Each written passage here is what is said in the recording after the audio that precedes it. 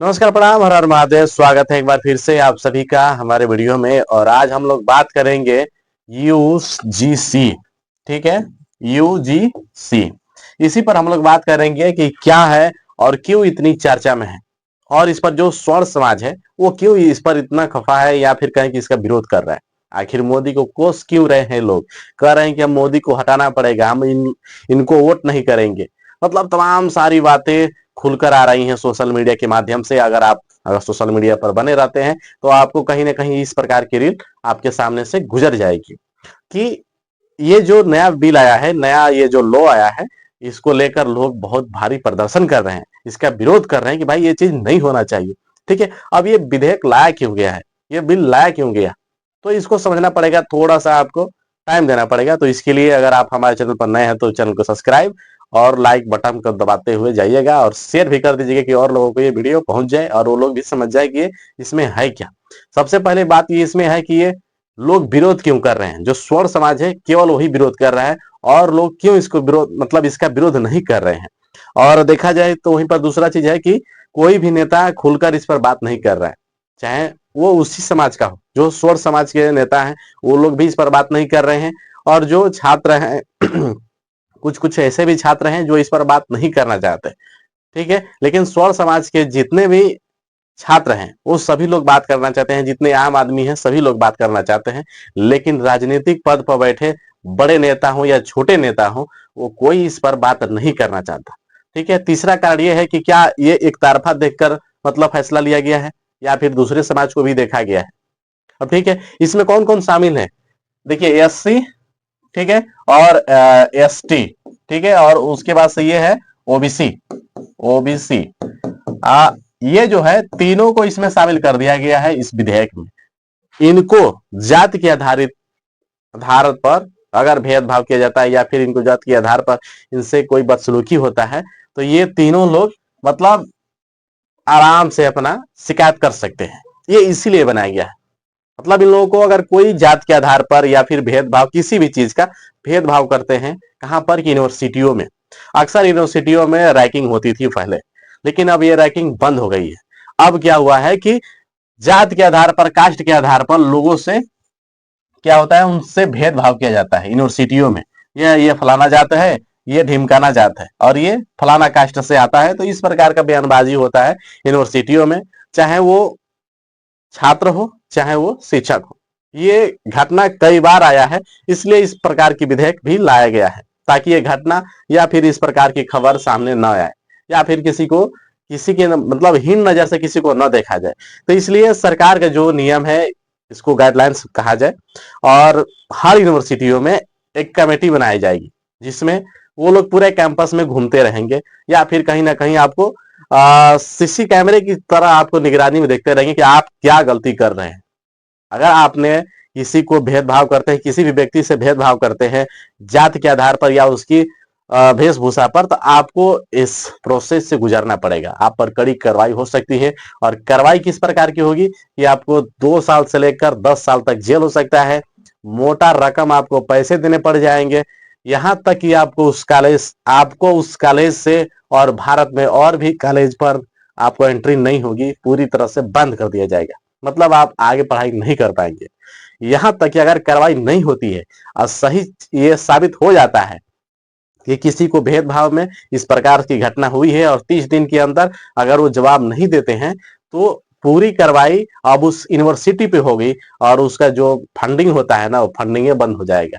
फिर स्कूल वो पूरा बंद होगा, अरे वो पूरा यूनिवर्सिटी बंद हो जाएगा, छात्रावास तो बातें छोड़िए। ठीक है, ये थोड़ा सा बिहार स्टाइल में हम बोल दिए हैं, आपको थोड़ा सा एडजस्ट कर लीजिएगा। तो ये सारी चीजें हैं। अब इसमें हुआ क्या है कि 2012 में क्या था, 2012 में इस विधेयक में थोड़ा सा कुछ चेंजिंग अलग ही प्रकार का था।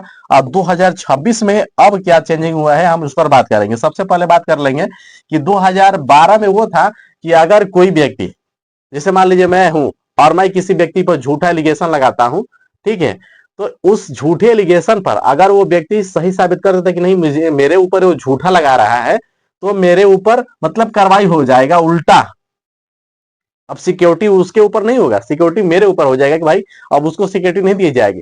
अब वो जो प्रावधान है ना, उसमें सजा मुझे भी मिलेगी। क्योंकि मैंने गलत एलिगेशन लगाया था उस व्यक्ति पर, ठीक है, और उस व्यक्ति ने साबित कर दिया। लेकिन अभी के टाइम पर क्या हुआ है, 2026 में ये वाला सिस्टम ही हटा दिया गया है।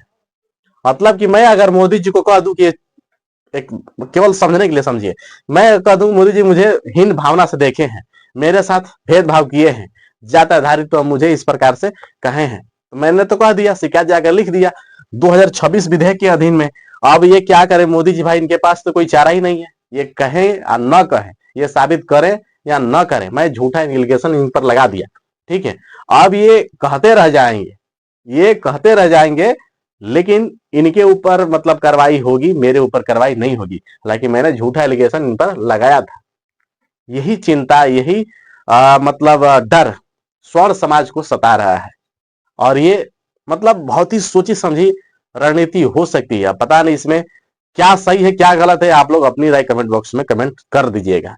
लेकिन एक बात समझिए, अब इसके पीछे की कहानी कहा जा रहा है कि भाई इसके पीछे से सोचिए कि बहुत से लोग इस बात से डरते थे कि अगर मैं शिकायत करूंगा 2012 में तो मेरे ही ऊपर केस हो जाएगा। यानी कि मैं, एक तो मुझे भेदभाव से देखा गया, मेरे साथ भेदभाव हुआ, ठीक है, और उसके बाद से मैं जब शिकायत करने गया अगला व्यक्ति के, अगला पर्सन के पास, तो उसने मेरे ही ऊपर कर दिया कि झूठ बोल रहा है।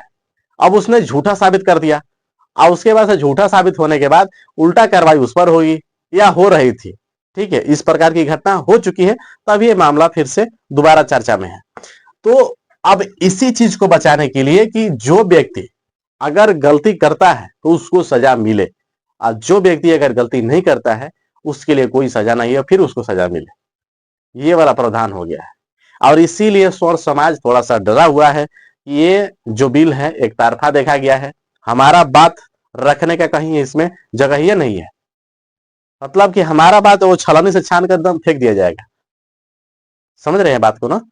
मतलब कि अगर मैं झूठा एलिगेशन लगा दूं तब भी इनको कार्रवाई होगी इनके ऊपर, तब भी जो वहां के मतलब इस सिस्टम में हैं अधिकारी, वो लोग कार्रवाई करेंगे मोदी जी पर, क्योंकि मैंने एक झूठा एलिगेशन लगा दिया हूं। अब इस झूठा एलिगेशन में कुछ और भी हो सकता है, पुराना विवाद भी हो सकता है अगर पहले की। अब ये भी है कि आप दूर दूर के हैं, कोई बात होगी अगर बीच सड़क पर, अगर आप यूनिवर्सिटी में आ गए तो फिर आप पर भी कार्रवाई हो सकती है। तो एक खुन्नस, अंदर की खुन्नस निकालने या पर्सनली खुन्नस के लिए भी इसका इस्तेमाल किया जा सकता है, ऐसा लोगों का कहना है। यानी कि स्वर्ण समाज सामान्य वर्ग के जितने लोग हैं इस बात से डर रहे हैं कि ऐसा हो सकता है मेरे साथ। अब पता नहीं इसमें क्या सही है क्या गलत है, वो लोग, आप लोग अपने राय कमेंट बॉक्स में इसको भी कमेंट कर दीजिएगा। अब इसमें समझते हैं क्या चीज, किस पर नेता क्यों नहीं बोल रहे हैं। नेता इसलिए नहीं बोल रहे हैं ताकि उनको वोट लेना है, और वोट लेने में ये लोग ऊपर नीचे कहीं बोल दिए तो हो जाएगा गड़बड़। इसमें बहुत सारे पत्रकार भी नहीं बोल पा रहे हैं, बड़े बड़े ईमानदार पत्रकार भी, इस पर एक भी वीडियो जारी नहीं हुआ कि इस प्रकार का विधेयक आया है और इसमें इस प्रकार का स्वर्ण समाज हु हल्ला कर रहा है, या फिर कहें कि धरना प्रदर्शन कर रहा है, या फिर इसका विरोध कर रहा है। और विरोध होना चाहिए। पहले तो बात समझिए कि अगर मैं झूठा ही लगा रहा हूं और उन लोगों के पास कोई आधार नहीं है, ये लोग साबित कर पाए या फिर वो लोग अपनी बात कह पाए, उनके पास मतलब वो बताया ना कि छलनी से चार कर फेंक दिया जाएगा। आप कहें ना कहें उससे कोई फर्क नहीं पड़ता, इस विधेयक का इसी प्रकार का नियम है। ये मैं नहीं कह रहा हूं, पूरा सोशल मीडिया कह रहा है। तो मैंने सोचा कि भाई ये खबर आप लोगों तक पहुंचाए और आप लोग अपनी राय कमेंट बॉक्स में दीजिएगा। और ये नेता क्यों नहीं बोल रहे वो मैं आपको ये बात बता दे रहा हूं, उनको लेना है वोट, और दूसरी बात उनको इतनी जानकारी नहीं है कि इस विधेयक में है क्या, क्या आया है क्या नहीं आया है, तो इसलिए भी वो नहीं बोल रहे हैं। बहुत सारे लोग कह रहे हैं कि भाई हम इस बार मोदी जी को वोट नहीं देंगे। वो आपके ऊपर है, आप लोग स्वतंत्र हैं, वोट दे ना दे उससे उनको कोई फर्क नहीं पड़ता। लेकिन विधेयक जो है इसी प्रकार का है। तो बात यही है, और इसमें एक तरफा है या नहीं है वो आप लोग अपनी राय कमेंट बॉक्स में कमेंट करिएगा। लेकिन एक चीज और है कि इसमें यह भी तो हो सकता है, ये जो ये वाली चीज है इसका मतलब फायदा या दुरुपयोग अगर किसी को करना है तो वो आसानी से कर पाएगा। मतलब कि ठोस सबूत होते हुए भी वो व्यक्ति अपने आप को सही साबित नहीं कर पाएगा कि नहीं मैं इस प्रकार से नहीं किया हूं, उसके पास ऑप्शन ही नहीं है। अब यही बात पूरे लोगों को मतलब सता रही है, और ये चीज हमने खुलकर बताया। बाकी आप लोग अपनी राय कमेंट बॉक्स में जरूर दीजिएगा, और साथ में हमारा चैनल को भी सब्सक्राइब कर लीजिएगा ताकि और लोगों तक ये वीडियो पहुंच सके। तब तक के लिए प्रणाम।